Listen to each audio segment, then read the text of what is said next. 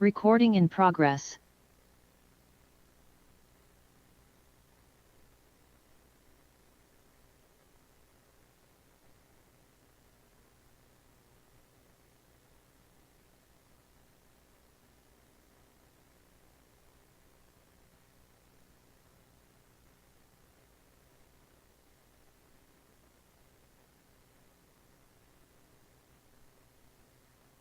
Hey guys, can you hear me?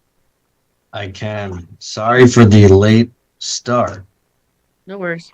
Looks like we're still missing tons of people. Yeah. I opened up the ZBA agenda.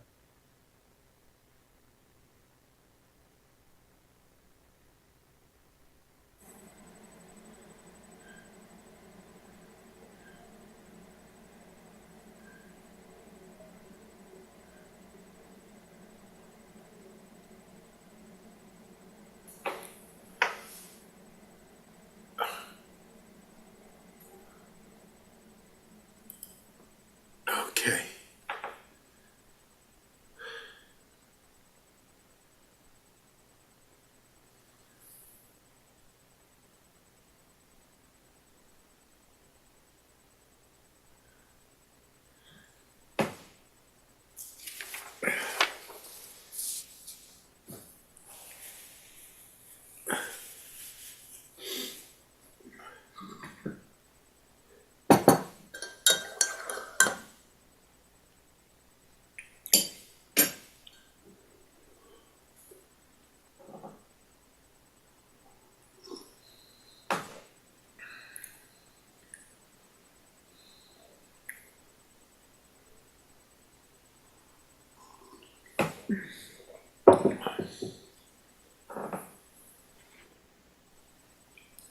Evan?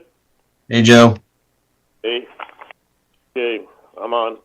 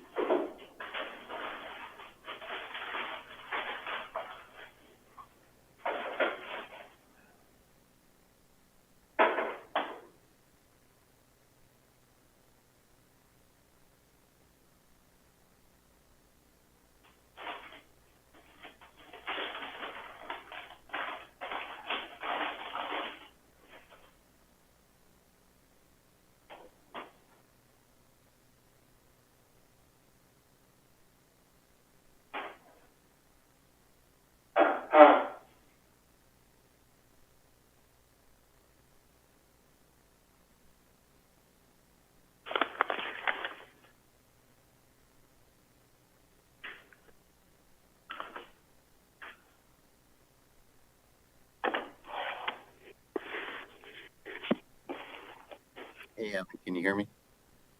Yes, I can hear you. Are we expecting most people tonight? Any absences that we know of?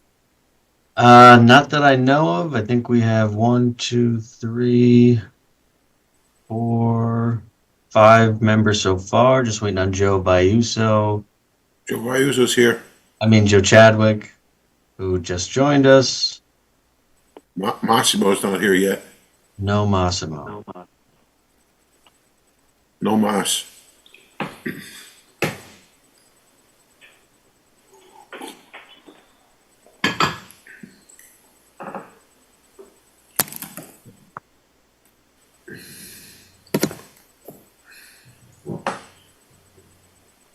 No, yeah, give him a call.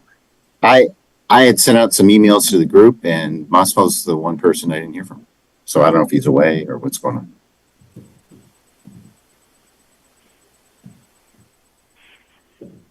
I got an email from him today, so Oh, okay. it was available via email. Okay. Guess he responds to your emails, but not me. I couldn't reach him. You could not reach him? No, sorry. Okay. What time is it? We'll give it like a minute and then we'll just go ahead.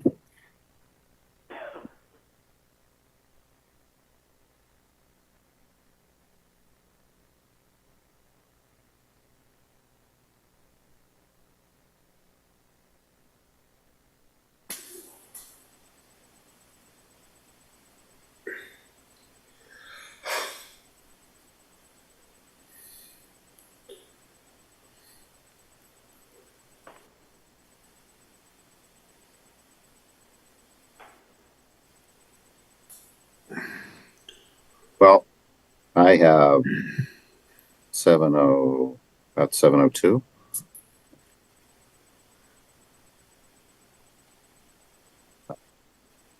We have a quorum here, so why don't we go ahead and get started? We'll call this meeting of the Branford Planning and Zoning Commission to order. It is Thursday, December 19th, 2024. Again, I have about 7:02 p.m. I'll introduce members of commission and staff. Joe Chadwick. Joe, are you here? Joe Chadwick is present. Commission member Fred Russo. Fred, are you here? Fred, I think you're muted. Sorry about that. Fred Russo present. Thanks, Fred. Joe Viuso. Joe, are you here? Joe Vayuso here. Thanks, Joe. Marcy Pelusi. Marcy, you here? Marcy's here. Sharon Hutner. Sharon, you here? Sharon Hutner is here. And is Massimo Liguri. We don't see Massimo. No. Okay. And our staff this evening, our acting town planner is Evan Brining. Evan, you're here. Here. And our clerk recording secretary, Michelle Martin. We can actually see her. Hey, Michelle. Usually you're just lurking out there. I'm Chuck Anders, chair. We'll follow our normal format for public hearings, which is the applicant goes first, makes its presentation, including any of its consultants. After the applicant presents the application to us, we turn it over to the commission and staff, usually hear a summary of a staff report, opening up for questions and comments by commission members. At that point, we'll enter the public portion, and I'll ask Evan to explain how to participate in a moment, but you'll state your name and address for the record, make your comments, and after the public portion, we allow the applicant to respond to the public portion. And there may or may not be further questions by commission members and staff, and we may or may not close the public hearing depending on how it goes. And so with that, Evan, can you run? Oh, before I do any of that, let's have our secretary read the notice of public hearing. Okay. Legal notice, Town of Branford. The Planning and Zoning Commission of the Town of Branford, Connecticut hereby gives notice of public hearings to be held on Thursday, December 19, 2024 at 7 p.m. by remote technology to consider the applications listed below. Information regarding how to participate in the public hearings will be provided on the Commission's meeting agenda that will be posted on the town's website at least 24 hours prior to the meeting. Application 24-11.1. Special exception for a residential addition located at 67 Cedar Street. John J. Ponzella, applicant and owner. Application 24-11.4. Special exception for a contractor's business in grading, section 6.8, located at 5 Pin Oak Drive LLC, in care of David DeMeo, applicant and owner. Application 24-11.5, special exception for the reuse of existing office space and proposed storage garage with grading, section 6.8, located at 257 and 261 East Main Street, 261 East Main Street LLC, in care of Mark Jackson, applicant and owner. Application 24-11.6, special exceptions for multifamily dwelling units located at 19 Laurel Street, 3537 Harrison House LLC, in care of Rachel Kelly, applicant and owner. At said hearings, all persons will have the right to be heard. Copies are on file in the Planning and Zoning Commission's office at the Planning and Zoning Department, 1019 Main Street, Branford, Connecticut, 06405. Written communications may be sent to the above address or to Planning and Zoning at branford-ct.gov. Branford Planning and Zoning Commission, C. Andres, chairperson. Thank you, Fred. Evan, can you review with us and the public the process for participating in the public hearing? Sure. If you'd like to ask any questions or make any comments during the hearing, down at the bottom of your screen, there's a raise hand button. Just click this to indicate you'd like to participate. You can also type into the chat that you'd like to make any comments or questions. And if not, you can just wave your hand in front of the camera and I'll try to catch you. If you're dialing in by phone, you can press *9 to raise your hand. And we ask that everyone please state their name at the beginning of their comment or question. Chuck Anders here. Thank you, Evan. With that, we'll proceed with our regular agenda, going down our agenda items. Our first item is item number 1 is Charles Watts, applicant owner. This is 38 Howard Avenue. This was a special exception for grading at a single-family residence. And I understand that the applicant has withdrawn this application. Is that correct, Evan? That is correct. Okay, so we will not proceed with item number 1. If you're here for that one, that item has been withdrawn. That brings us into number 2, which is Madison Cassesi. I'm probably massacring that, at 4349 Summer Island Road. It's a special exception for an accessory apartment. Is the applicant ready to proceed? Yes. Good evening, Mr. Chair, members of the commission. My name is Attorney Timothy Lee. I represent the owner, Madison Cassis, with respect to this application for a special permit. My client acquired 2 properties, one at 43 Summer Island Road and one at 49 Summer Island Road. Both properties were non-conforming to the extent they were less than the 15,000 feet required in the R3 zone. However, my clients are going to merge the property, create a 12,000 square foot lot. Originally, there had been a house at the property at 49 Summer Island Road. That house had been destroyed by a storm several years ago. So right now, there's no dwelling on either of the properties. So it's my client's desire to build a single family house on that property with an accessory apartment.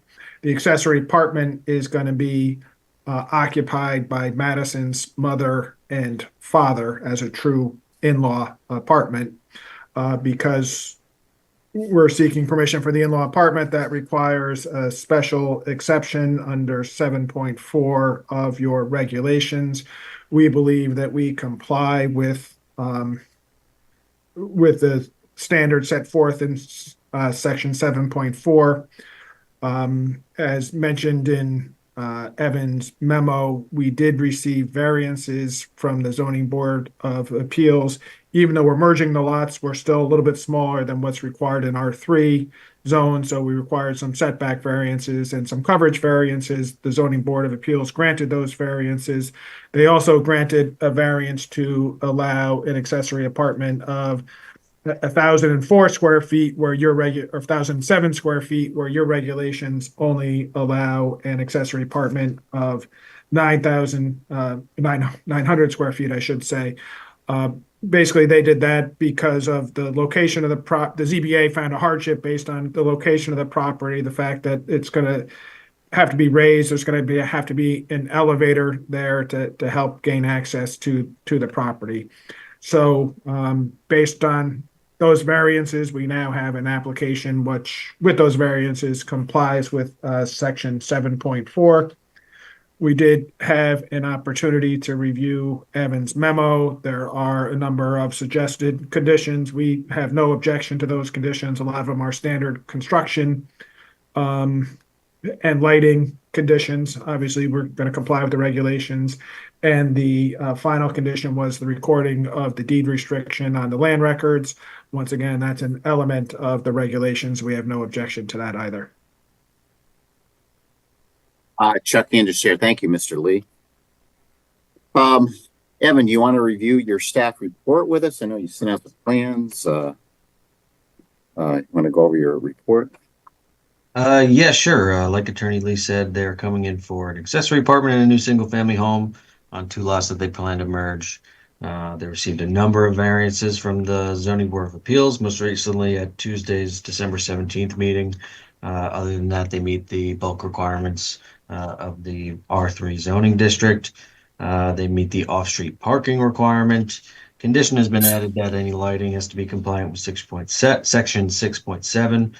They satisfied the accessory apartment criteria from section 7.4, with the exception of the maximum of 900 square feet, but they received a variance for that from the ZBA. Based on the application materials, it appears that the special exception criteria are satisfied.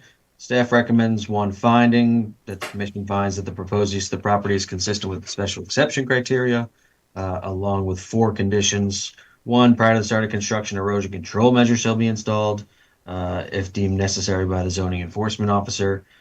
2, any additional measures to control any dust or erosion control on the site deemed necessary by the zoning enforcement officer, the town planner, shall be installed. Condition number 3, any lighting has to be compliant with section 6.7. And condition 4, prior to the issuance of a certificate of occupancy, the owner must file a deed restriction on the land records requiring that the unit, if rented, be rented at or below prices that would qualify the apartment as affordable housing. And affordable housing, do you cite the statute for that under 830G? Do you mention or? Yes, it Okay. is as defined in CGS section 830G. Great, thanks. Questions or comments from commission members before we open it up to the public? Hearing none, let's open it up to the public. Does any member of the public wish to comment? See anyone, Evan? No, and just to reiterate, the raise hand button down at the bottom of your screen if you'd like to ask any questions or make any comments. I do not see anybody. Great. Mr. Lee, do you have any further comments? Well, the only comment I have, during the ZBA process, we did submit 7 or 8 letters of support from the surrounding neighbors. We didn't feel the need to submit them to the Planning and Zoning Commission because most of them dealt with the variance applications and their support of the CASISs with regard to this application. So other than that, we thank you for your consideration. Happy holidays, and we hope you approve the application. Thank you, Mr. Lee. Any further questions or comments from commission members or staff? Hearing none, then we'll close this matter as a public hearing. This may be something we can take up in a bit. Thank you, Mr. Lee. Turning then to item number 3. This is John J. Panzella, applicant owner, 67 Cedar Street, special exception modification, residential addition. Is the applicant ready to proceed with that? I'm Tom Edwards. I'm the architect representing the owner, and I'm here for any questions. I'm with Nelson Edwards Architects in Branford. Great. Did you want to review it, or you want to have staff review it, or how would you like to do that? Yeah, well, if Evan can, yes. Okay, so when you look at the screen, you're going to see the site plan. You see in the back, this is one of the lots that sits on a corner, so it's fronted by Cedar Street and Rose Street, and the application is required because we're creating a modification to a previously approved special exception, which is a 1-bedroom apartment that you see on the back of the single family house. The apartment is really not visible from Cedar Street. It is and will be visible as you come up Rose Street from the north in the wintertime. I noticed driving by today, you will be able to see it, but it's a minimal thing and it's intended to blend in with the rest of the house. The total area of the existing apartment is 674 square feet. With the addition of the 196 feet, it is 870 square feet. The addition, it's a BC zone, so we're actually allowed to fill the lot if we wanted to, I guess, depending on parking regulations, etc. So this is a fairly minimal addition to an existing apartment. Okay, so the existing use is a two-family. You have 2 units there now, and this is not adding a unit, but expanding one of the units. Is that correct? That's correct. Great. Evan, do you want to review your staff report with us? Yeah, sure. Like you guys said, it's an expansion of one of the 2 units at this property. They meet the bulk requirements of the BC zoning district. They satisfy the off-street parking requirements as well. Condition has been added that any lighting proposed would have to be compliant with section 6.7. Staff would like the applicant to add erosion control measures to this site plan. Condition has been added. It would require this prior to the issuance of a building permit for the construction of the addition. They appeared before the Town Center Board at their December 14th, 2024 meeting. Sorry, my staff report said December 14th, 2022. The board issued a positive recommendation with no modifications. And based on the application materials, it appears that the special exception criteria are generally satisfied. Staff recommends one finding that the commission finds that the proposed use of the property is consistent with the special exception criteria and the following conditions. 1, any lighting has to be compliant with section 6.7. 2, prior to the issuance of a zoning permit, erosion control shall be added to the site plan. 3, prior to the start of construction, the following shall be completed to the satisfaction of the zoning enforcement officer. That's erosion control measures shall be installed and maintained throughout construction. And as may be directed by the CEO, any additional necessary measures to control any dust or movement of earth material on site shall be implemented. Chuck Anderson, thank you, Evan. Questions or comments from commission members before we open up to the public?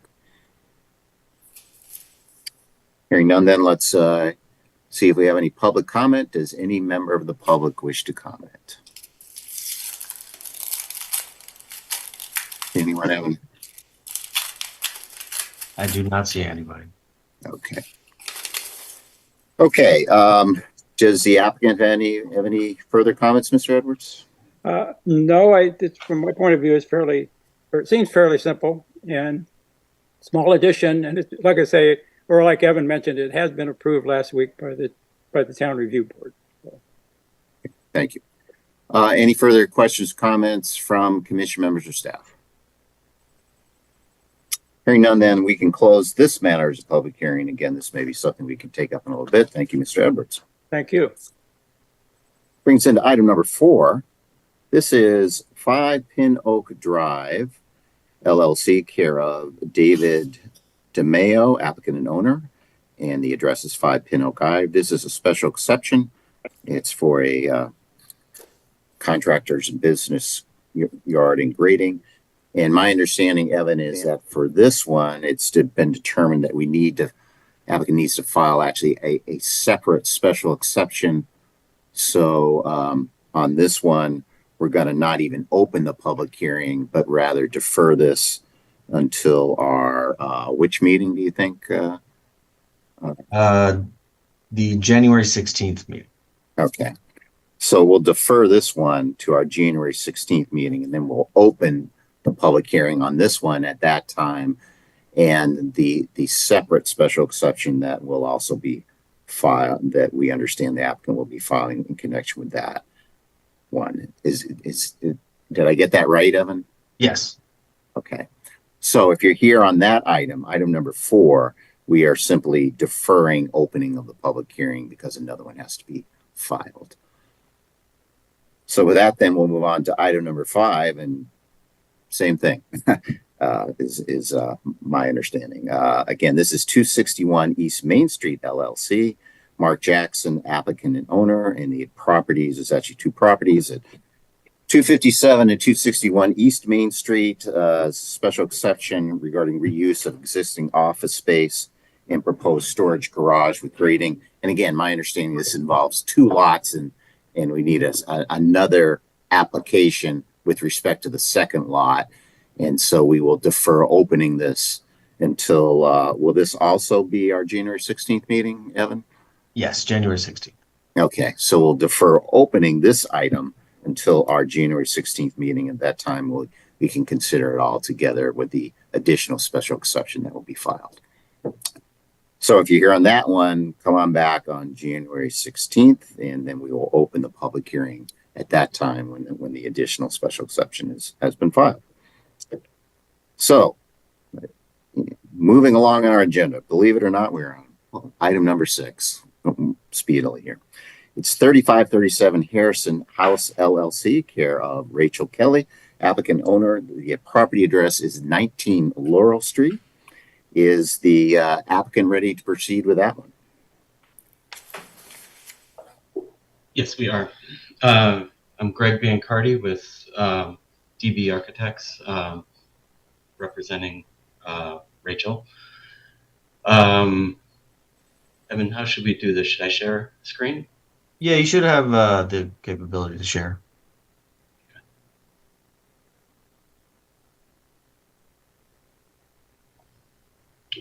You should be able to see that.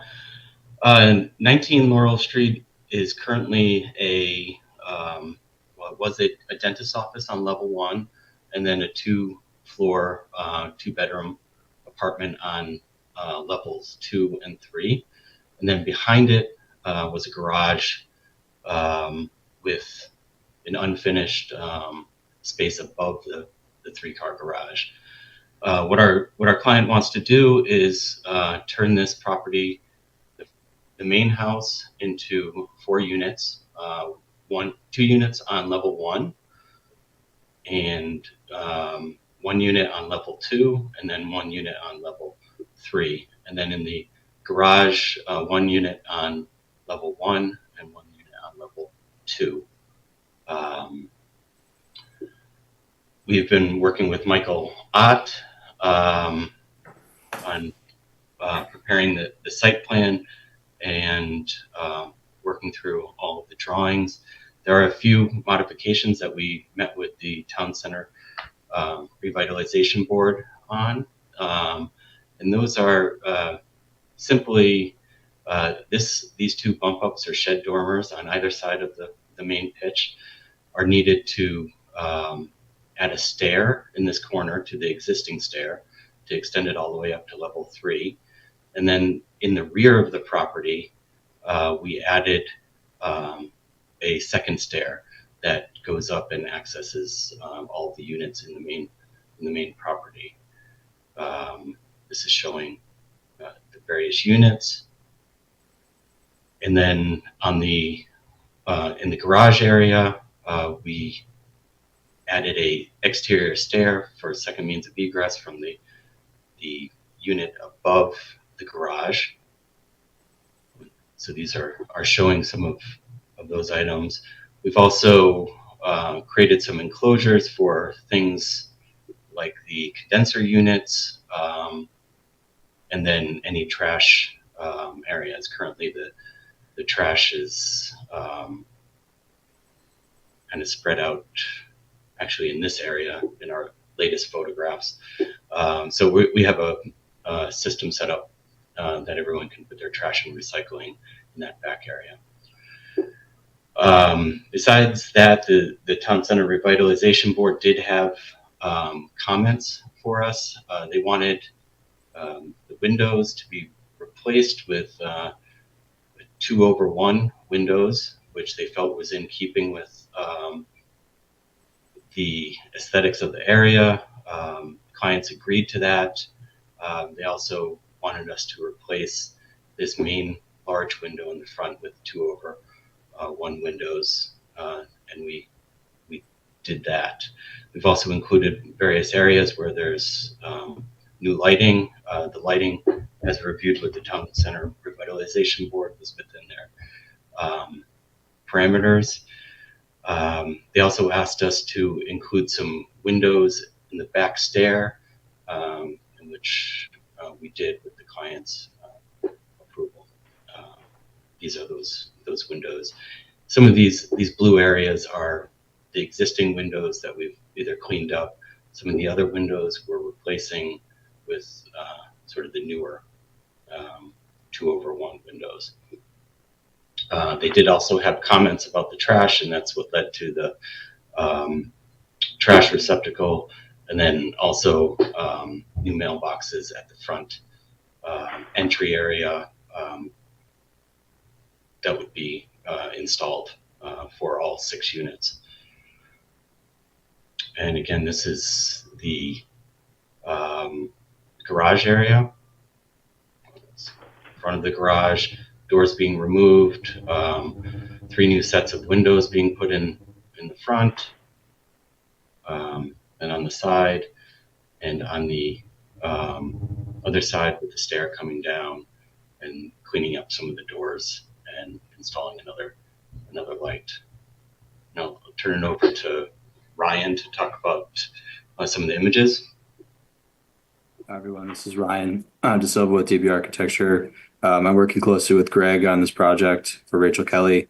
So I'm here to just talk and walk through some of the images that we produced. So just to kind of give you a sense of our best portrayal of what we would like to propose visually, so you can kind of understand how we're working and how we're thinking about designing this.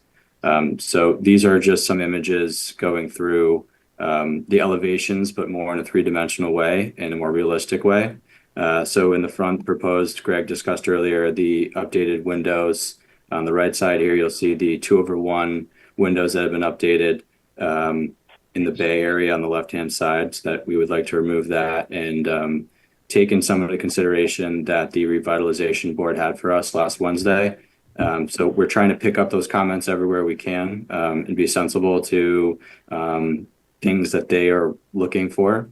The rest of the building, we have also included the 2/1 windows where we can change them out. You'll see them here on the left oblique image. And then this is more of an overall left oblique image.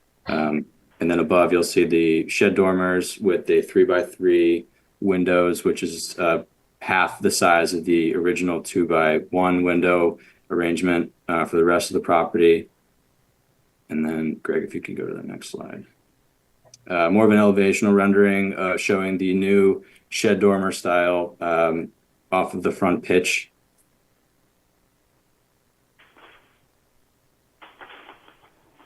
And then back to the same oblique. And then in the rear of the property showing the new windows and stair volume, which pulls off of the back of the existing principal structure. And also you're seeing the wood slatted fenestration that is fencing to kind of hide or disguise the HVAC units and the trash receptacles, both trash and recycling. Another elevation view of the back. And then before and after oblique shot of the proposed 2-apartment structure that was a garage, showing the 2/1s throughout, the updated lighting, and then in the front foreground having some soft landscaping to kind of soften the facade approach. An overall shot showing elevational shot here. Showing the stairs on the left, access up to the 2nd story, more in the round. That's it. These are just some of the specs that we discussed with the Town Center Revitalization Board regarding the lighting and the temperature of the lighting and cutoffs. They gave us, I believe, approval with the, including those items that we discussed.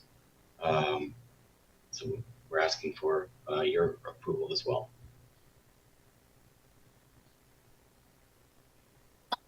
Thank you. Does the applicant have anything else?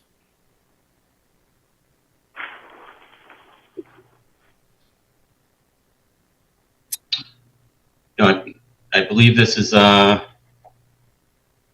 this is within, we haven't added anything to any of the zoning. The only areas that we added to the building were up on the roof.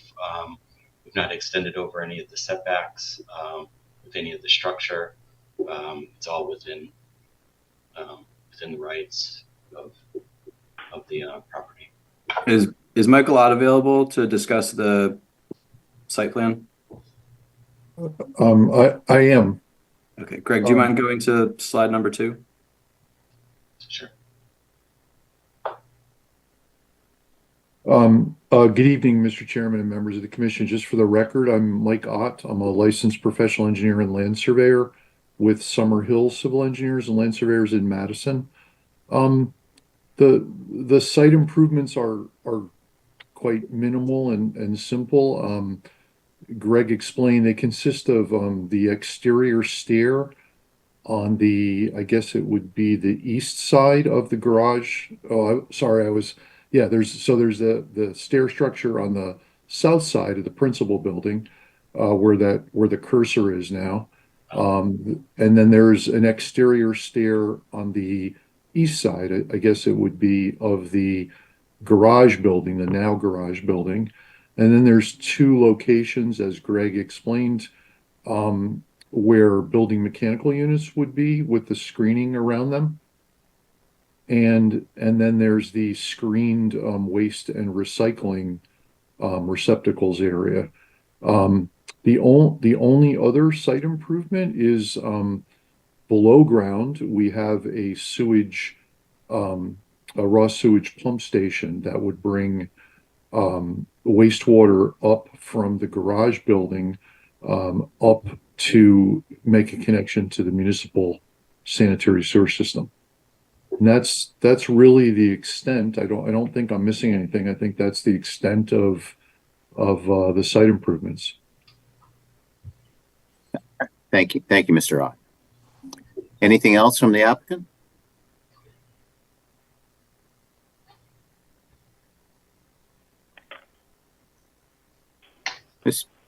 Mr. Biancardi, anything else, or? No, I Okay. think that covers it. Great. Thank you. Evan, do you want to review your staff report with us? Yeah, sure. Like the applicant stated, they are converting what is a mixed-use building with 2 residential units in the principal structure up front, and a dentist's office to 4 units in that front building with a detached structure that currently has a garage on the first floor, changing that over to a second residential unit with 1 above it. They meet the bulk requirements of the BC district. They did not provide a landscaping plan. I'm going to come back to this in a moment. They meet the off-street parking requirements, and some lighting material was submitted. I added a condition that any proposed lighting has to be compliant with section 6.7.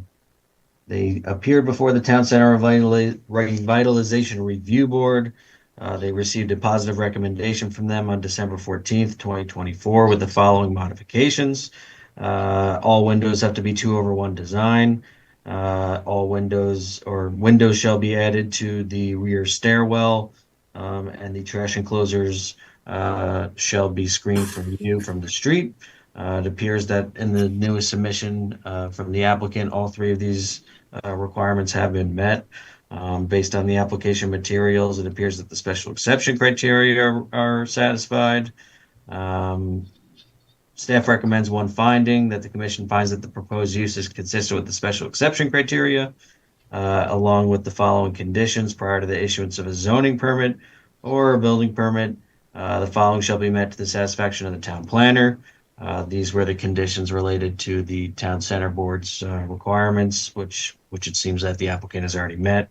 That the site plan shall be revised to show the trash enclosures and shall be screened from view from the street, and the elevations and rendering shall be modified to show the changes to the window design from the town center board. Condition 2.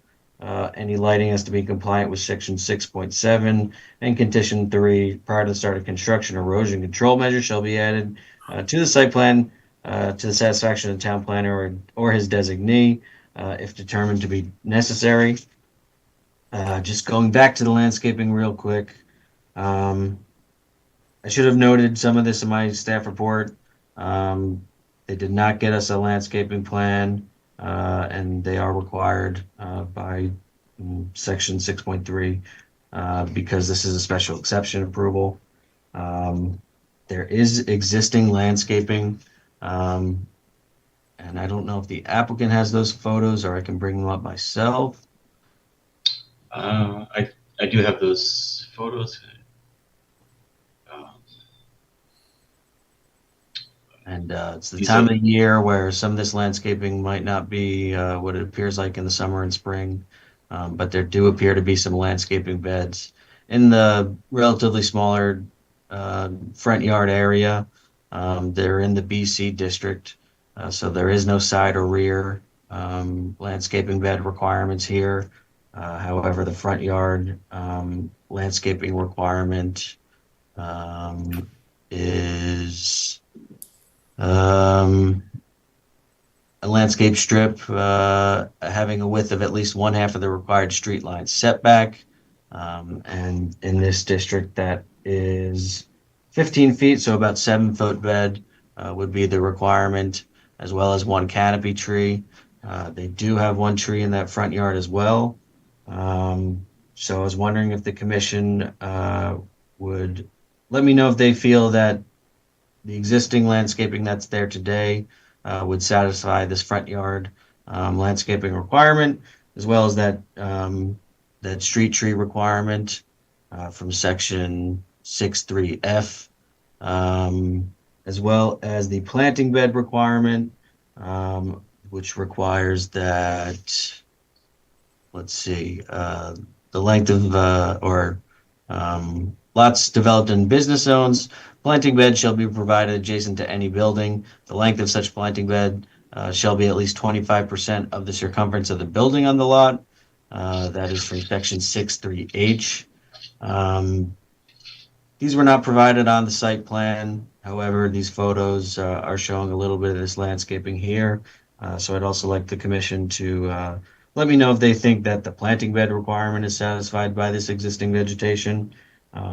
If not, we can ask the applicant to come back with a landscaping plan from a landscape architect, or if you guys are comfortable with a condition of approval that something has to be submitted to either myself or the zoning enforcement officer or any other member of the planning staff. It's really just us at this point.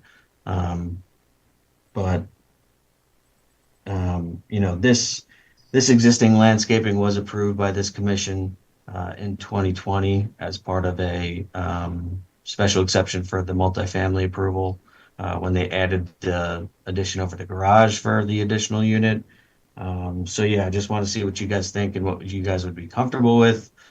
We also do have options to waive the landscaping architect plan or the landscape architect requirement in section 6.3D, as well as the modification of the specific landscaping requirements in section 6.3L, which is the warranted by excellence in landscape design. So really just want to see what you guys think. I think we have a few options few paths to go down, but I want to see what your opinions are. Great. Thank you, Evan. So with that, maybe we can comment on the landscaping issue before we open up to the public. My general sense is that this, I guess we approved this. We're only talking about front yard because it's a BR, so there's no side and rear. There is, it appears to be mature trees and it looks nice in the front yard. We didn't require anything additional in 2020. The last special exception that came in front of us. So I mean, it seems, I think we're in the process of revising our landscape regulations. And again, the reason it's triggered is it's because, you know, is this even a business? I guess it's a business zone, BR, isn't it? But I know, and it's a residential use, even though it's a multifamily use. So, I'm tend to be okay with this, but I'm not a landscape guy either. So, what do other commission members think? Just want to go around. Marcy, I'm going to start with you because you know you're a landscape person. I think the mature trees fill in the lack of a need for the 25% around the side yard. It's a very narrow site. So, you know, I think that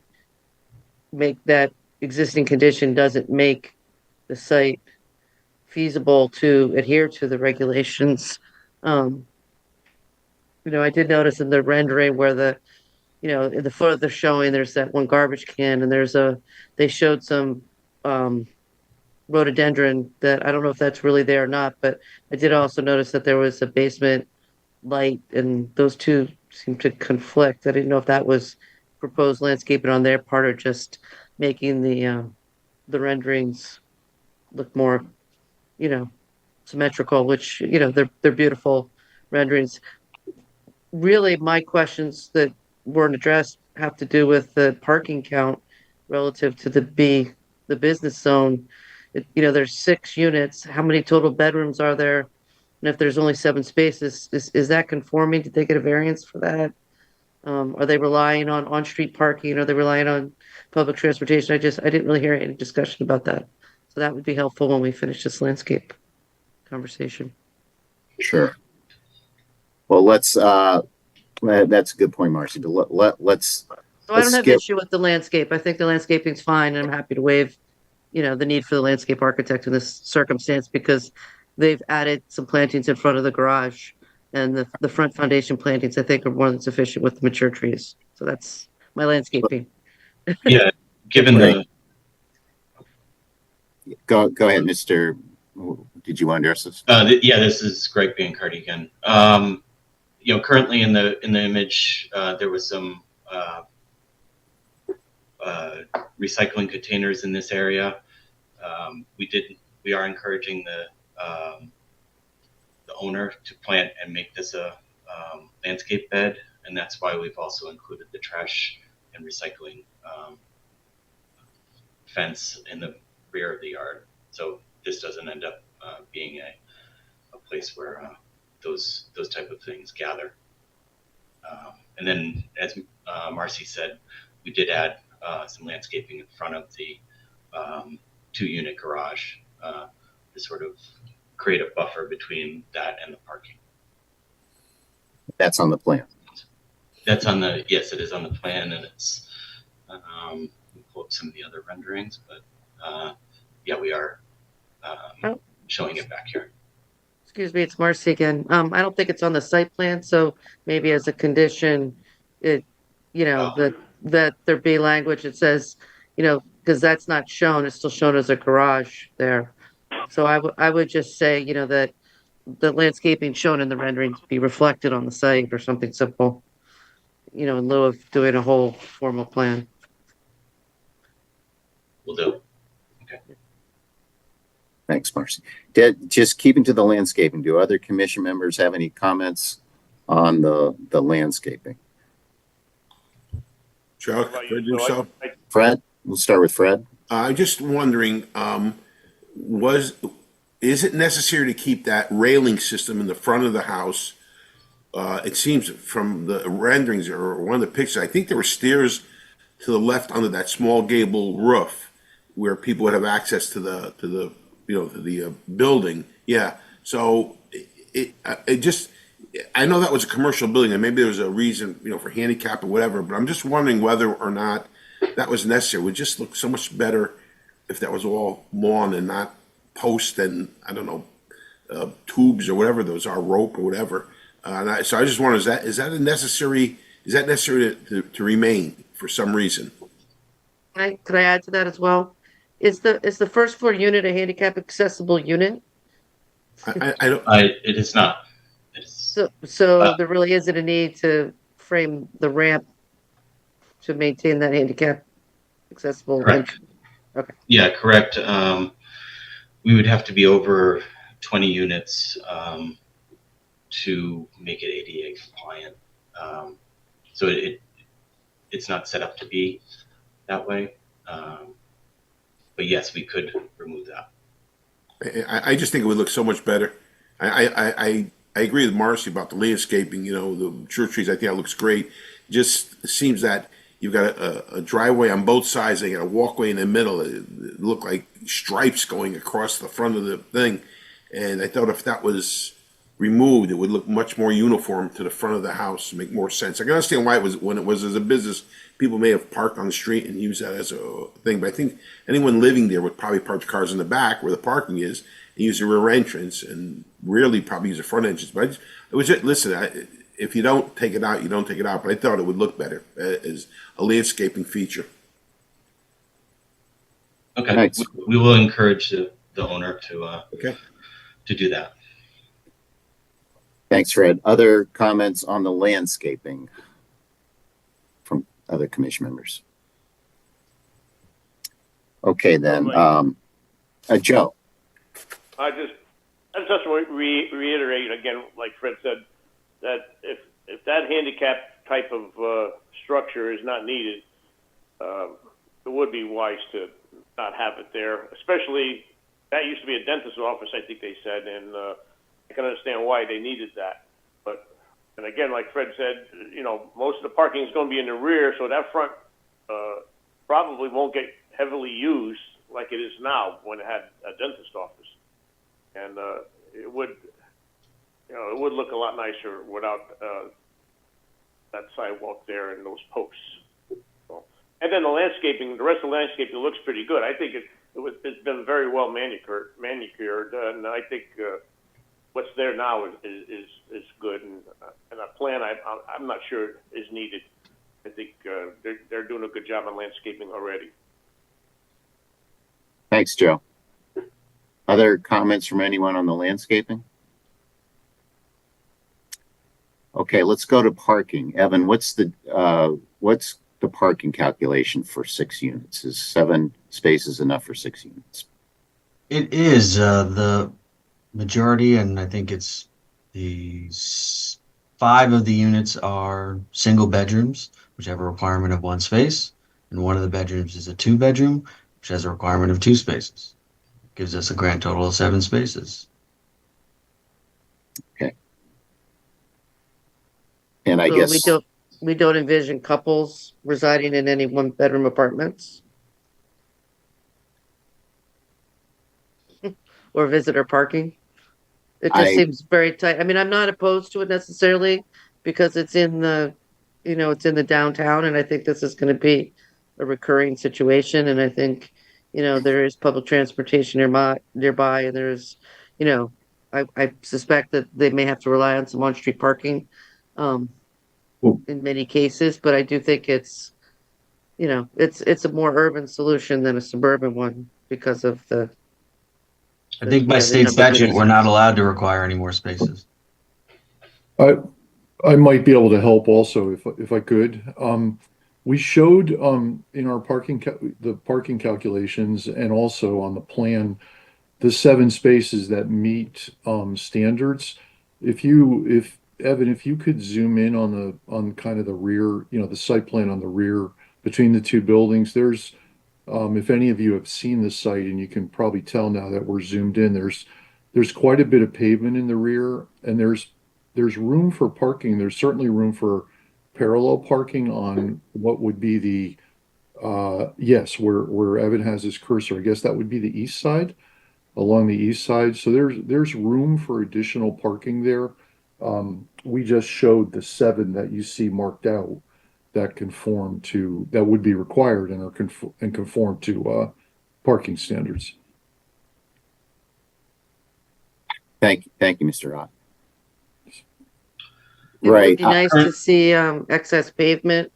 If we're truly relying on the seven spaces, it would be nice to see excess pavement removed, like over, if you're gonna have that last car in by that catch basin, do we really need all that extra pavement on the right side of the garage where they're coming in from the right side?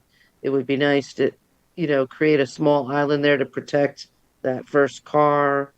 You know, if, I know they're putting the storage there, but it'd be nice to form not necessarily to add landscaping, because I can see that they extended the pavement on the north side, if that's the right direction to fit those spaces, but it would be nice to just have that edge cleaned up and more defined, so that if we could provide a little bit more grass, Is this an existing? I mean, this is an existing parking, right? You're not adding This is people. existing. It is, Mr. Chairman. We haven't made any changes to the pavement limits, Marcy. These curb lines represent what is there today. Greg and Ryan could weigh in. I suppose we could remove some of the pavement on the west side, I guess it would be, of the garage building. We weren't proposing to make any changes to the limits of pavement, but unless Greg or Ryan disagree, I suppose it would be easy to cut it out and create a lawn area there. Yeah, we can do that. Currently, there's actually 12 spaces behind the building, in between these two structures. As Michael mentioned, we're only showing the seven. He's only showing the seven here that are within that. The others are along this side, so we could ask the owner to have certain areas removed, so that the grass can come back, or plantings in this area.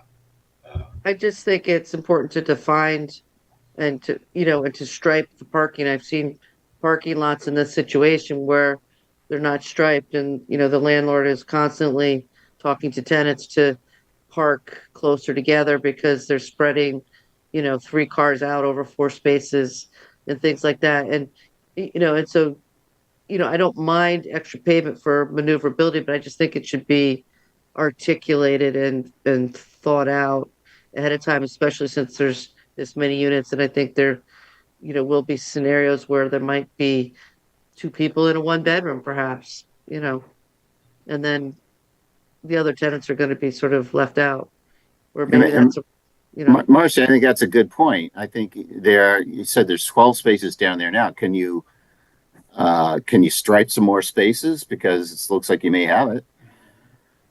They are actually marked, Mr. Chairman, but they don't meet standards, which is why we did not show them. What we showed was, again, seven spaces that meet not only the number spaces required, but actual standards. There Right. is room, like I mentioned earlier, and the reason I said specifically parallel, there is room for parallel parking on the east side of the pavement edge that would meet today's standards, but perpendicular parking does not meet today's standards. If we were to show that the property isn't wide enough, actually, to have the required travel lane between the spaces. Okay, but you could have one more space, a parallel space, right? Oh, yes, sir, we could. Absolutely. Okay. yeah, Right. how is Yeah, it we'd be functioning glad. now? I mean, is it functioning now as if it's a double loaded lot, but just with a single lane Yes. drive? Yes, it is. If we can go back to some of those photos, it is, well. So it's functioning like an 18, 15, 18 kind of Yeah, scenario?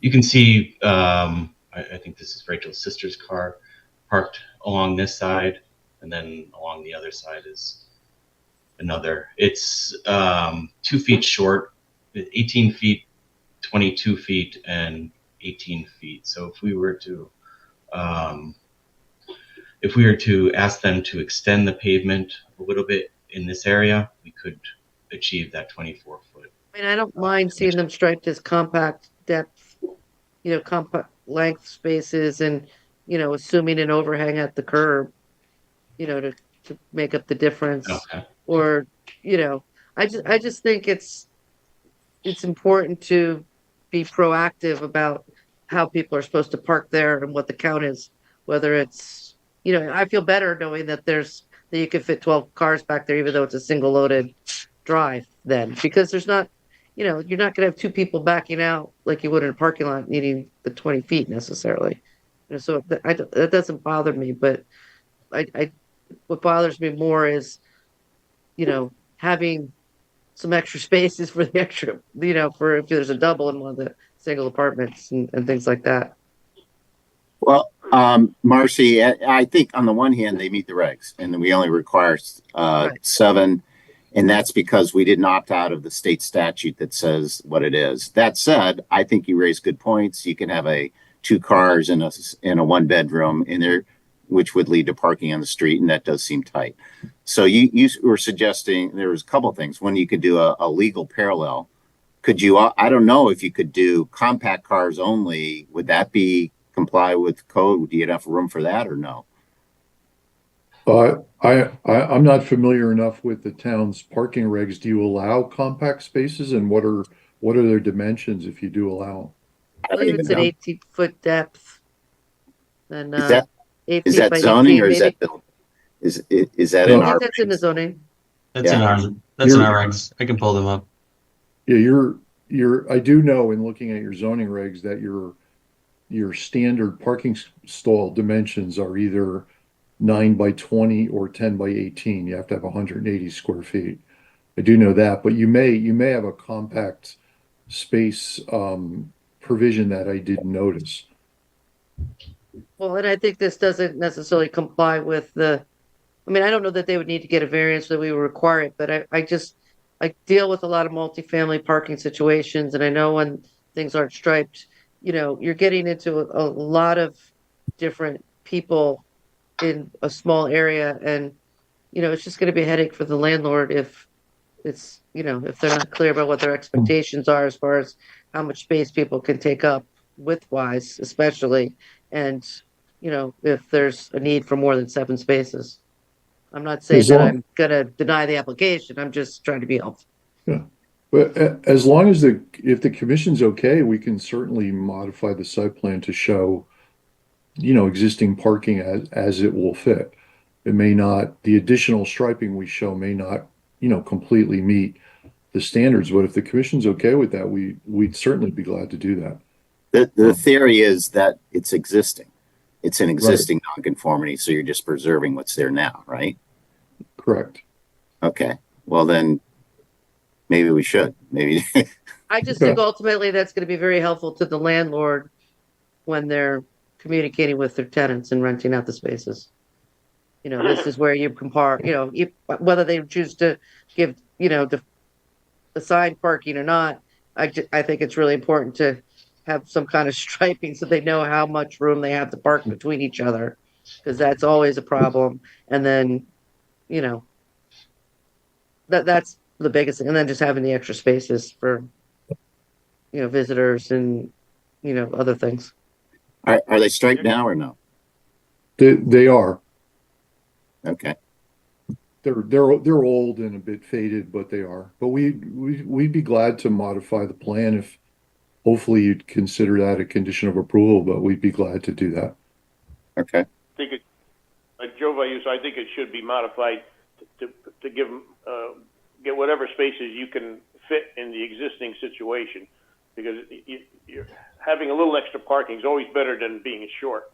And with six units, like Marcy said, it could be somebody with 2 cars in a single bed apartment, and 6 units, there's a good chance out of those 6, there's going to be a visitor here or there with another car or two. So getting it to 10 or 11 spaces, you don't have to go to 12, but get it to 8, 9, 10, something where it's the spaces are big enough to take care of, not to be too small, but big enough for each car. And if you can get it up a couple more spaces, that would be I think a plus, not a minus.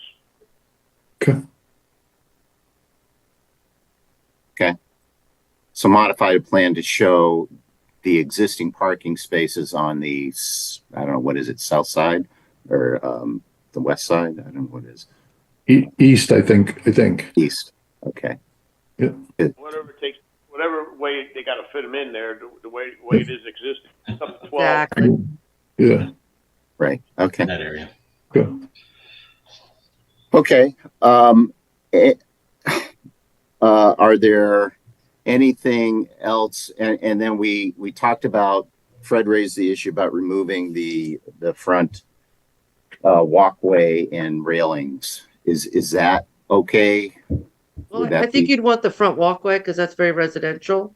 But he makes a very good point about the handrails. I'm surprised the Town Center Review Board didn't suggest they remove that.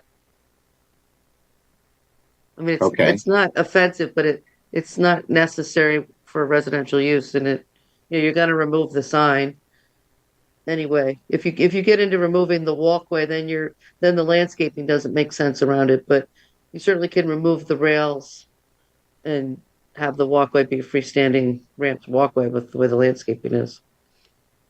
Okay. So Fred, does that sound good, or others? What do you think about leaving the walkway and just removing the railing? Fred Russo.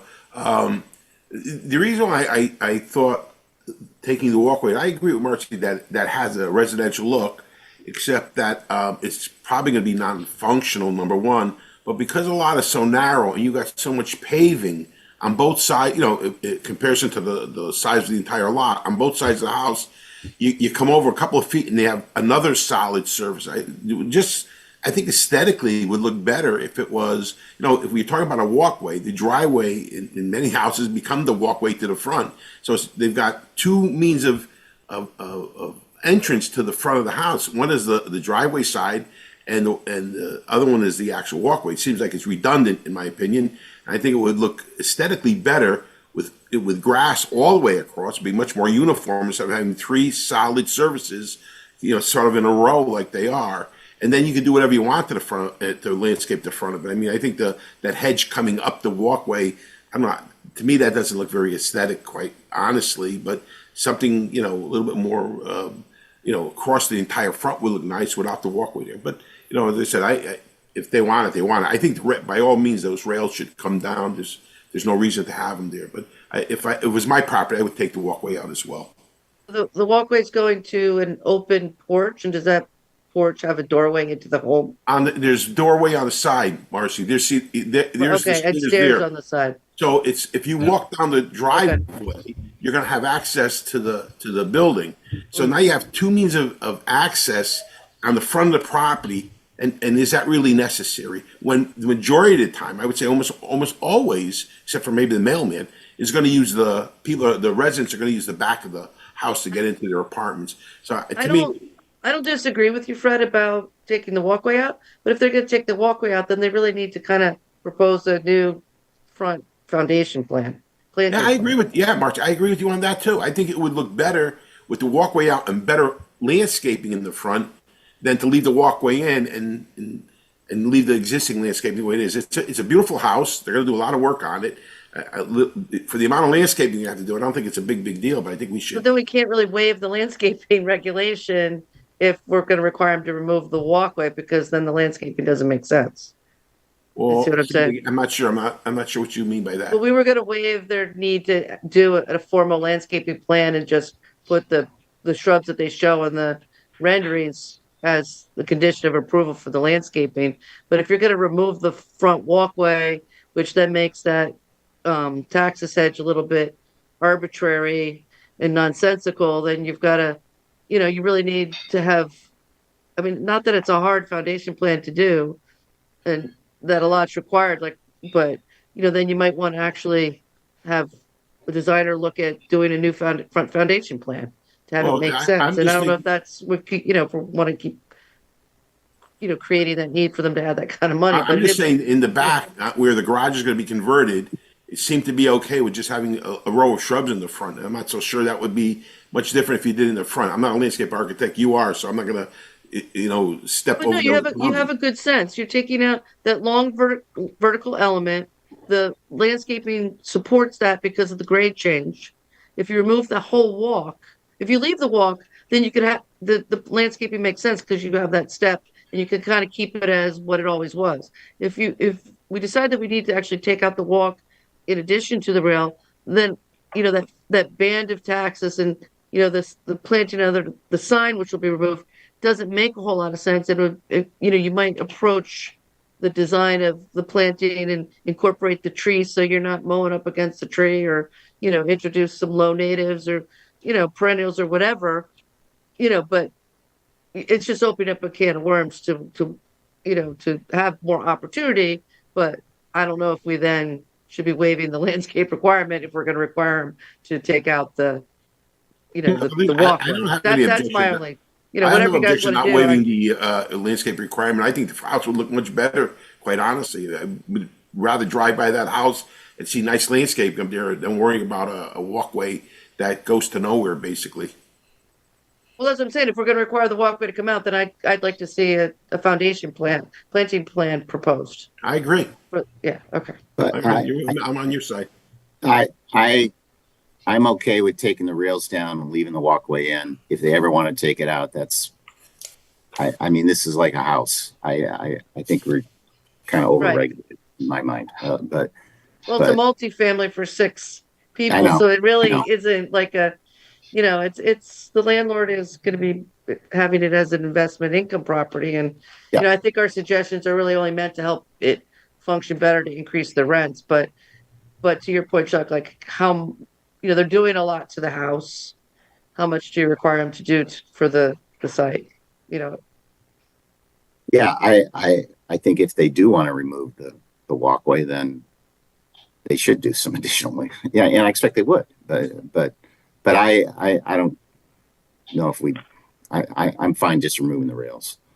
But I don't know. What do others think?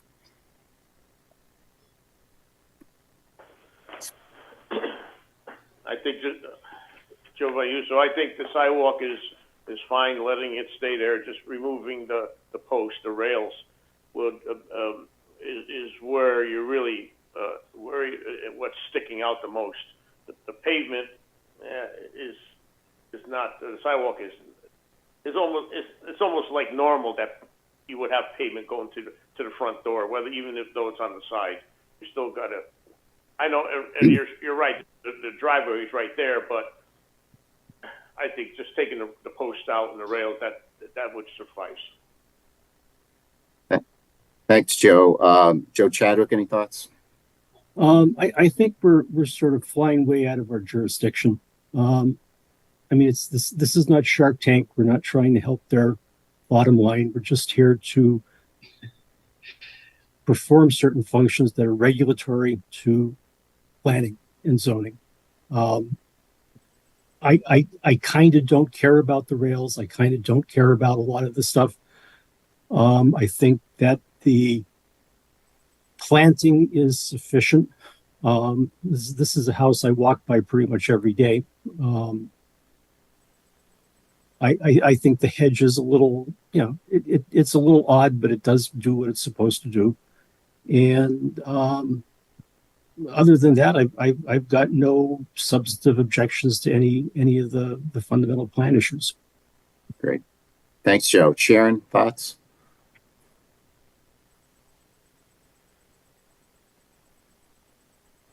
Oh, I don't. Is Sharon not here? Yeah, no, I'm still here. No, I think it's perfectly fine. I agree with people who say to remove the railings, and that's about it. Okay, thanks, Sharon. Tell you what, let's open it up, see if there's any public comment, because we haven't done that yet. Any member of the public wish to comment? Evan, do you see anyone? just stop this share so I'm able to. All right, here we go. Anyone from the public, if you'd like to make any comments or ask any questions, raise hand button down at the bottom of your screen. You can indicate in the chat that you'd like to speak. I do not see anybody. Thanks, Evan.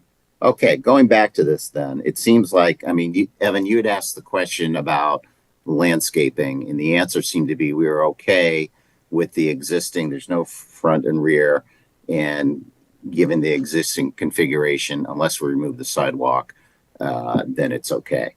On the sidewalk, I think the general consensus is they can leave that as is, but take the railings out. That's what I seen the majority. And then I think on the parking, we would like them to stripe the existing parking that is there should be striped so that you have that shown so the tenants know where to park. So that would increase the parking probably to 10 or 11. I don't know exactly what it is, but it would be more, and that would be helpful.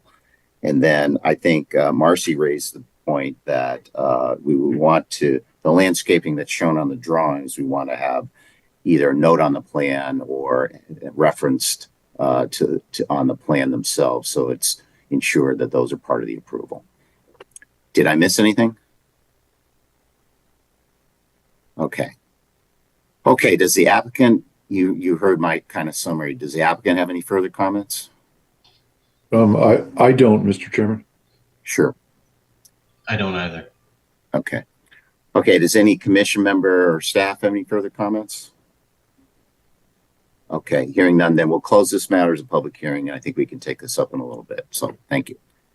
Thank you. Thank you. Okay. I think that completes our public hearing items. So why don't we go back and see what we got for our public hearing items. I think the first one was item number 2, which is 43 and 49 Summer Island Road. That was a special exception for the accessory apartment. Evan, you had a staff report on that you were referencing. Can you pull that up? I can. Here we go. Here are the proposed findings and conditions. Like Attorney Lee said, pretty standard set for an accessory apartment in a single family home. And I think you did summarize those during the public hearing, and they're currently displayed. You're displaying it to us on the screen, the approval with the finding and the 4 conditions. Does anyone have any questions? And if not, does someone want to make a motion to, I assume, to approve this application by adopting the staff resolution that is presently displayed in front of us that Evan has prepared with the 4 conditions? Chadwick makes that motion. Motion to approve by Joe Chadwick. Is there a second? Fred Russo will second it. Second by Fred. Any further discussion? All those in favor, Joe Chadwick? Joe Chadwick is in favor. Fred Russo? In favor. Joe Vayuso? Vayuso in favor. Marcy? Marcy's in favor. And Chair is also in favor. So that item is approved. Next one was the 60 John Panzella, 67 Cedar Street. This was the special exception modification, the minor addition to one of the units at 67 Cedar Street. Can you pull that one up, Evan? Yes, this is again pretty standard conditions with the exception of the addition of erosion control measures. There is a little bit of a wetland on the very far side of the property, so the inland wetland director felt this was an appropriate measure. Okay, Evan, when we're looking on your screen sharing, there's a big black square kind of in the front. Do you know why that is? When you Really? Yeah, just it's sort of like the finding is you can't see it. Even now? Yes. Yes. Do you guys see what I'm? Yeah. Yes. I mean, we can't. It's like you just got it reduced, but okay, and that's okay. So we can see the finding. Can you scroll down because then 3 is cut off, 3 and 4. Okay. Okay, because we can't read the entire thing on the page right now. Because okay, now we can see it. It's reduced a little bit, and there's this whole in the top part, the ribbon part is kind of blocked out with a black mark. So Oh, wow. where your arrow is now, it's black. We can't see that, but we can read it. So that's the main thing. Okay. Okay. This is again, this is a fairly standard conditions. Does someone want to? And there was no objection. Seemed pretty minor. If someone wants to make a motion to approve the application by adopting the staff recommended findings and conditions, again, it's the one finding and the 4 conditions in the staff report that Evan is displaying in front of us.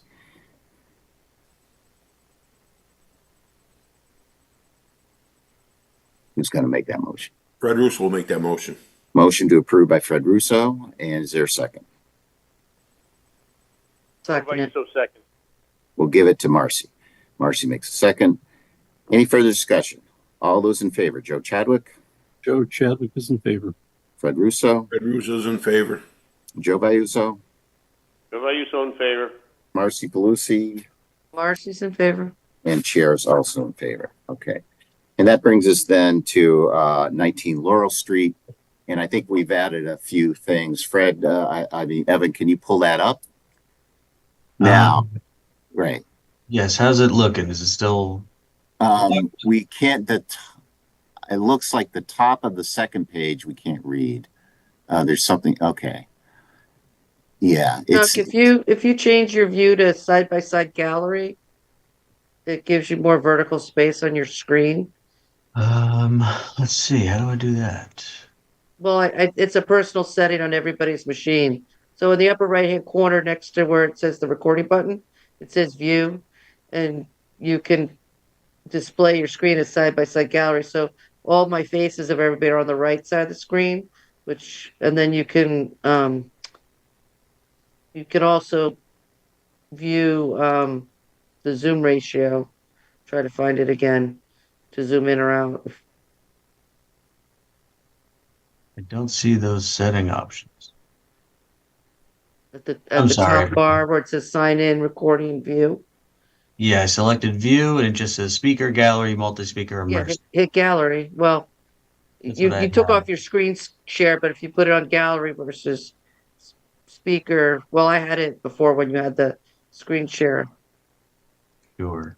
It says side by side gallery because you have your screen share on. Worse. Now you got a bigger block. They got double. Yeah.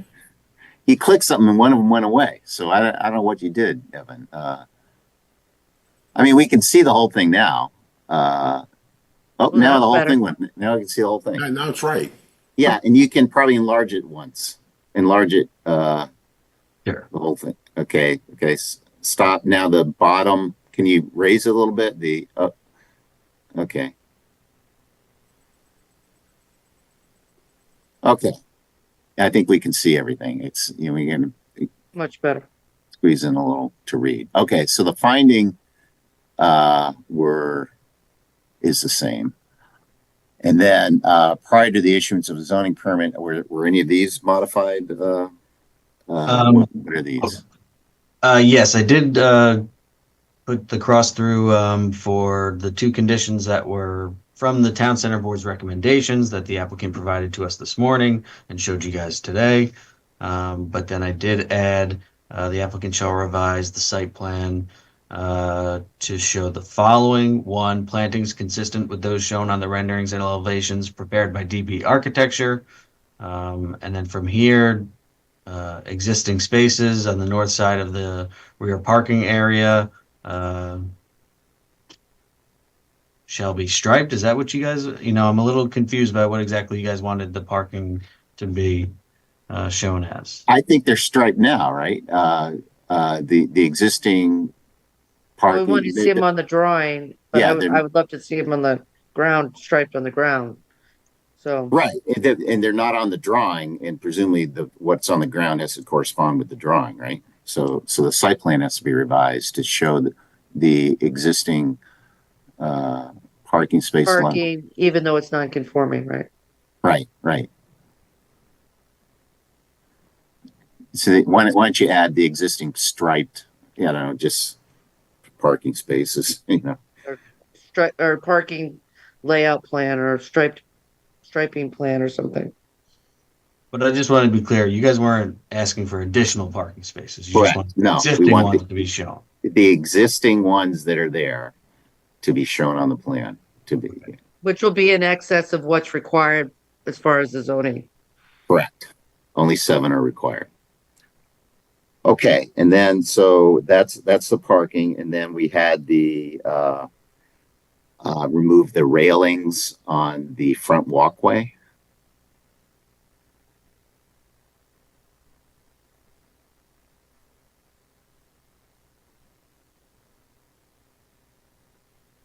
Down the front walkway? Yeah, they're surface mounted, or hopefully they're just surface mounted, because if they're direct buried, it's going to affect the walkway and they may end up losing the walkway. In which case, I think a foundation planting should be provided if the walkway is removed, but I would make that optional. I would make the walkway removal optional, but require a foundation planting plan be incorporated into the set should that happen. And I'm not trying, yeah, I see sort of Joe moving around. Javik, I don't know if I'm overregulating or not, but try to give them flexibility to do what they want, but things affect other things, you know? I mean, you could say if the walkway is removed, additional foundation planting shall be inserted to the satisfaction of the town engineer. But I would just leave that as a separate condition. We're not saying you have to remove it. But Right, if that's what I'm. right, I think Mark's meant if the front walkway is removed, Then a front foundation planning should be submitted as part of this application or something. yeah, Yeah. and you can make if the shall be submitted to the satisfaction of the town planner, and what that means is that the town planner is going to call Marcy or town planner or the commission or something, you know, I don't know.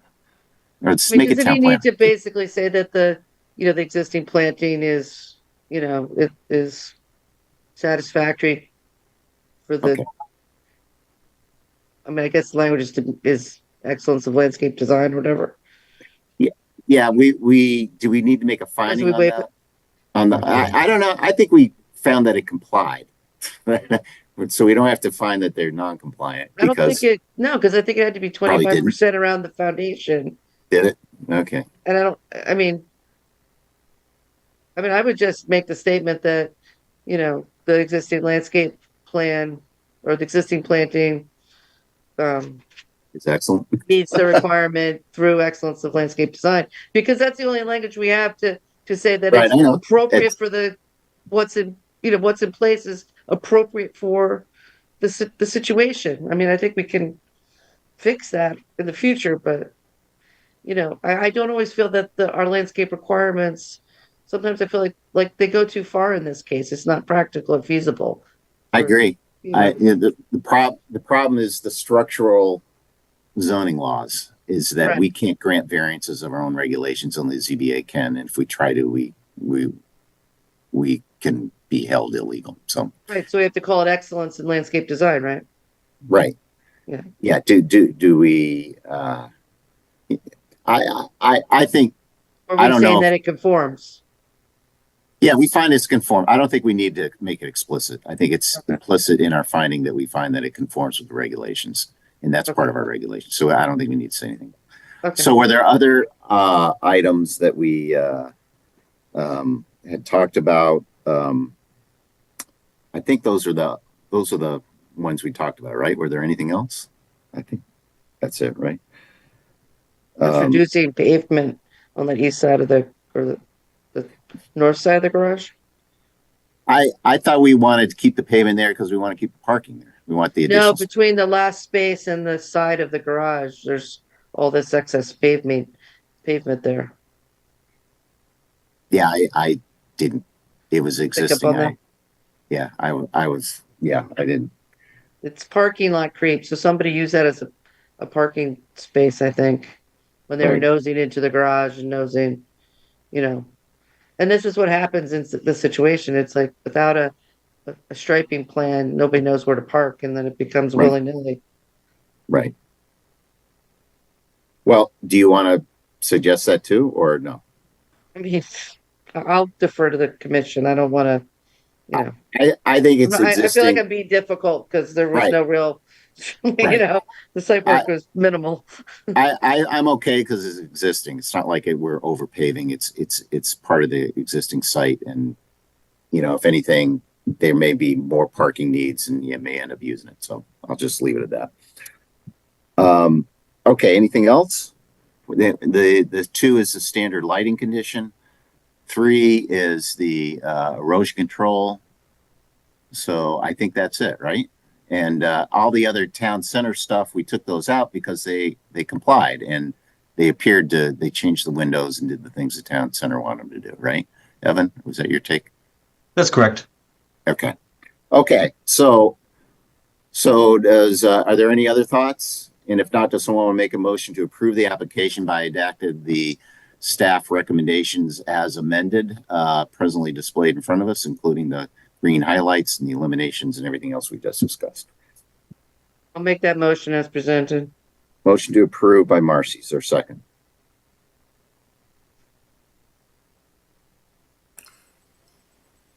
Fred Russo will make that motion.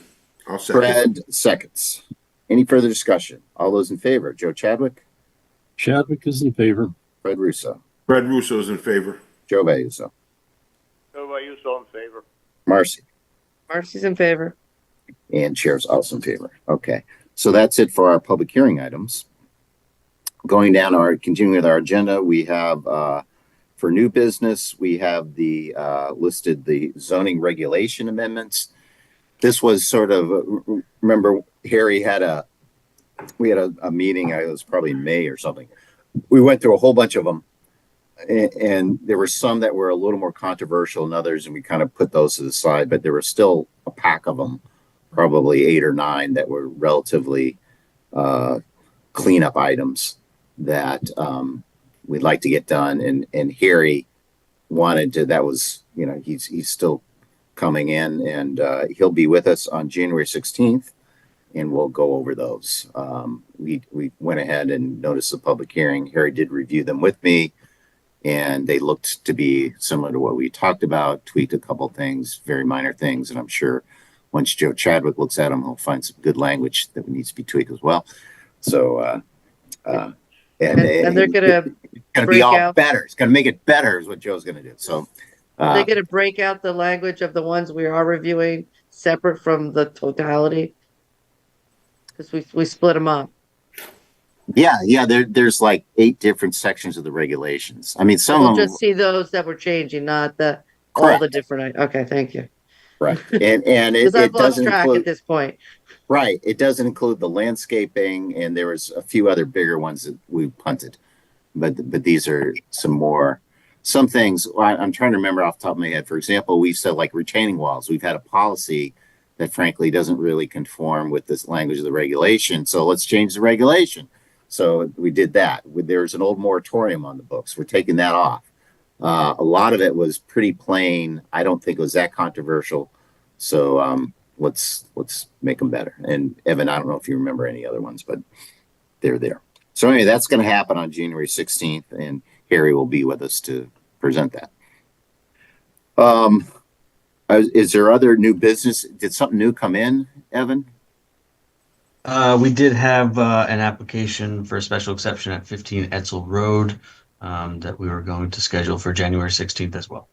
Okay, so that just came in. I think it technically is deemed received because it showed up like today or yesterday. So anyway, that'll be on the next agenda. That's correct. So that brings us to our minutes of our November meeting, November 21st. I think they were mailed out. Did anyone have any comments on those? And if not, does someone make a motion to approve them? Chadwick will make that motion. Motion to approve the November 21st minutes by Joe Chadwick. Is there a second? Fred Russo, second. Second by Fred. Further discussion. All those in favor? Joe Chadwick? Joe Chadwick is in favor. Fred Russo? Fred Russo's in favor. Joe Vayuso? Bill, are you so in favor? Marcy, Marcy's in favor. and Chair's also in favor. Any correspondence? We did receive something from the town of Guilford for actually a similar packet of zoning regulation amendments that we're proposing, sort of cleaning up and clarifying a number of different sections of their code. I can send it to anybody that would like to take a look. Thanks. I think by statute, if regulations could affect any place like within 500 feet of the adjacent town, you got to send it to the adjacent town. So that's why they're doing that. Anything else? Oh, Marcy? Do any of those regulations, are they similar to what we're modifying, or do they conflict or match what's in our regulation? I'd just be curious to see how similar our regulations are to Guilford, for example. I didn't see anything specific to, the ones that we've had discussions about over the past few months.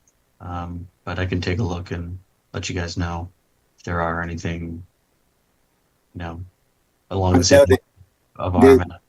They will look somewhat the same because Glenn Charter was involved in a lot of drafting them. And so it's kind of the same format. But what this is what happens. The Charter regs have been in effect a couple of years, and then you start seeing things. And this is their first kind of cleanup as a result of experience. I know there are a couple of things about accessory apartments. I know there is a question about solar panels in the town center that came up, and whatever. I'm our representative up to the Regional Planning Commission, and this came up there. So that's why I know, a little bit about that.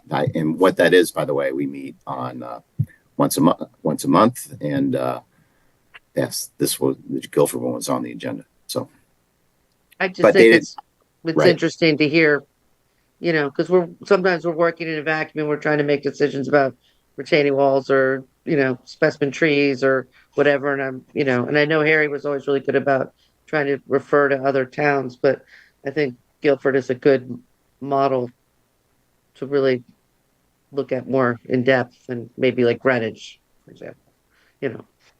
Yeah, the big difference in Guilford is they don't have sewers, and that really affects development.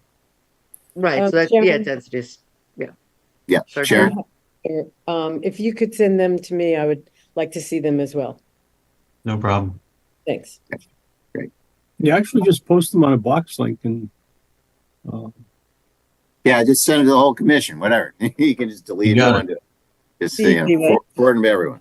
Okay. I don't have access to the Dropbox. It's too full. So if somebody wants to delete all the stuff in my Dropbox, I can't get at it anymore. I'll take a look at that as well. And I think it's 28 pages. I should be able to send it to you guys just as a PDF attachment. But if not, I'll clear out the Dropbox. Thank you. Appreciate it. Great. Okay. No other correspondence, Evan? No. Okay. Brings us to old business. We have something that looks like scheduled for the 2nd. And but they also needed another special exception with that, so that's probably not going to go forward on the 2nd, right?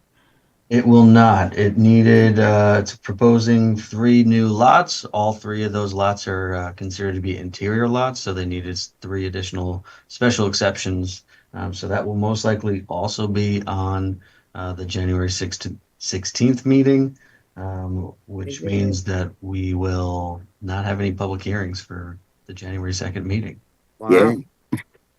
Yeah. Be a short meeting. Go for it. Okay. We'll be recovering from New Year's. Right. Where was that? November, the last Harry meeting? We went to midnight, whatever. Okay. So other business, bond release, 245 East Main. What's that about? Yes, I received a memo from Jane Ellis, the zoning enforcement officer, recommending the release of bond in the amount of $4,551.73 for some lighting that was completed on site. Okay.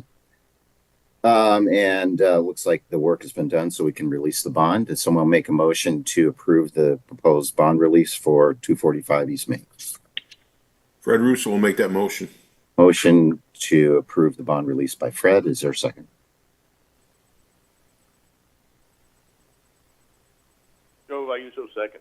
Second by Joe Vayuzo. Any further discussion? All those in favor, Joe Chadwick, Joe Chadwick is in favor. Fred Russo, Fred Russo's in favor.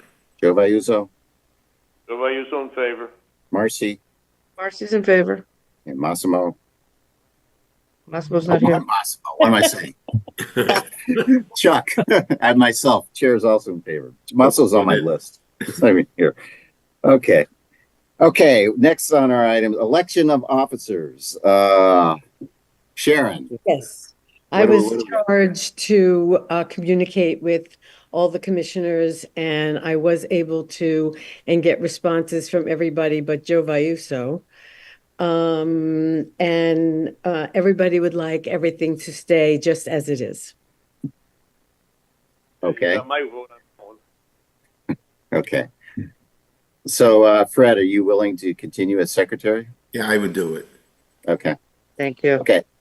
I'll stay on as chair for at least for one more year. We'll see how it goes from then. Okay. Any other thought? Anyone else want to make propose anything? If not, does someone want to propose that we elect the slate, which I guess would be myself as chair and Fred as secretary, as our officers for the 2025 year?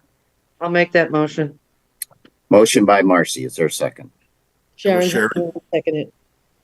Oh, okay. And who seconded? I heard two voices. I'm sorry. I wasn't.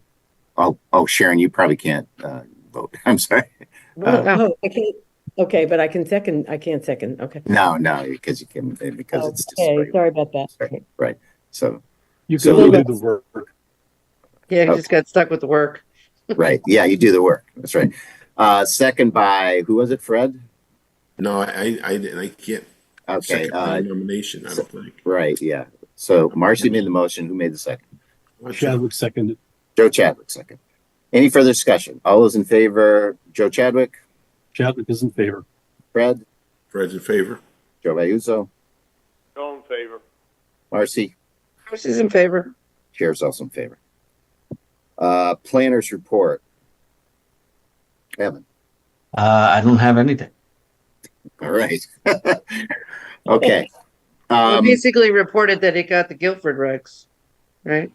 Yeah, and the no public hearings on January 2nd. That's what I was planning to mention, but I Yeah, got too excited. Jumped the gun.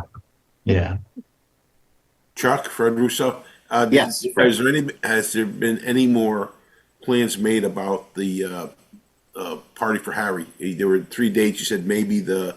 Yes, I thought I did send out the confirmation date, which is Wednesday, January 8th. We have the date, so mark that on your calendars. Okay. Wednesday, January 8th from 6 to 8. The location, we're still looking at that. To be determined. Right, but it is, but I would block out a couple hours around then, 6 to 8 on Wednesday, January 8th. We're looking to looks like it could be up to 14 people when I just did all the counts, and that includes Harry and his wife. And staff would be Michelle, Evan, and Jane Ellis, our zoning enforcement officer. And then alumni, possibly John Lust. And I think John is going to try to make it. And I'm trying to reach the other, is Paul Higgins, who I don't have his current email address. I'm hoping Michelle can reach out to him, but he's a possibility. So if everyone shows up, that would be 14. We're still looking at locales.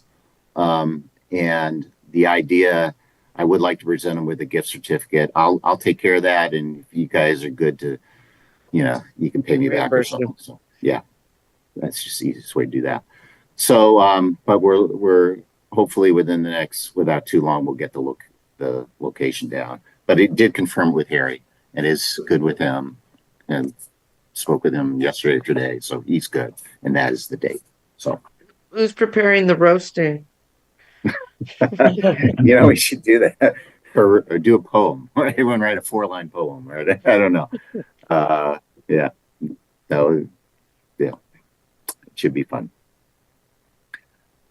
And I think that's all I got. Anyone else got anything? Sharon. Yeah, I just won't be at the January 2nd meeting, but it doesn't look like it's going to make that much of a difference. Thanks, Sharon. Yeah, I don't know what we'll have. I mean, maybe, in fact, we have no public hearings. There could still be a site plan or a CAM application or something on there. I don't know. You never know. Something may come in, but we'll see. I think Evan's been doing a really good job about making these really short agendas and quick meetings. That's right. It's never happened under Harry's regime. I mean, I think that's fodder for the evening out. All right. And then, of course, happy holidays to everybody. Yes. Of course. You as well. You as well. Thank you. Okay. Anything else from anyone? If not, then I guess someone may make a motion to adjourn. Fred Roos will make that a motion to adjourn. Motion adjourned by Fred. Is there a second? Chadwick seconds. Second by Joe Chadwick. Any further discussion? All those in favor? Joe Chadwick? Joe Chadwick is in favor. Fred? Fred Russo is definitely in favor. Joe Liuzzo? Joe in favor. Marcy? Absolutely. And Chair is also in favor. So thank you, everyone. Great holidays, Thank everyone. you. Happy holidays. See you next year. Be safe. You will.